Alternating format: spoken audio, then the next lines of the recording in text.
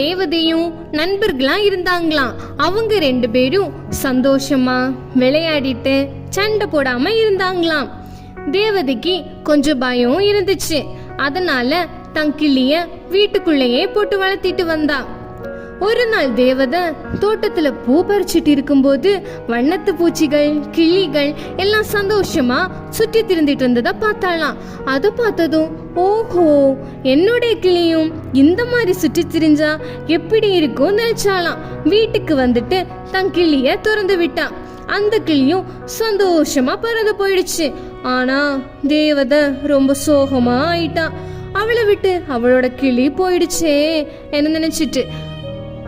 கிளி மற்ற கிளிகளோட இருக்கும்போது தேவதைய பத்தி ஒரு நாள் யோசிச்சுதான், ஐயோ தேவதை என்ன பண்ணிட்டு இருப்பா, தனியா இருப்பாளே என யோசிச்சுட்டு திரும்பவும் வீட்டுக்கு வந்துச்சா.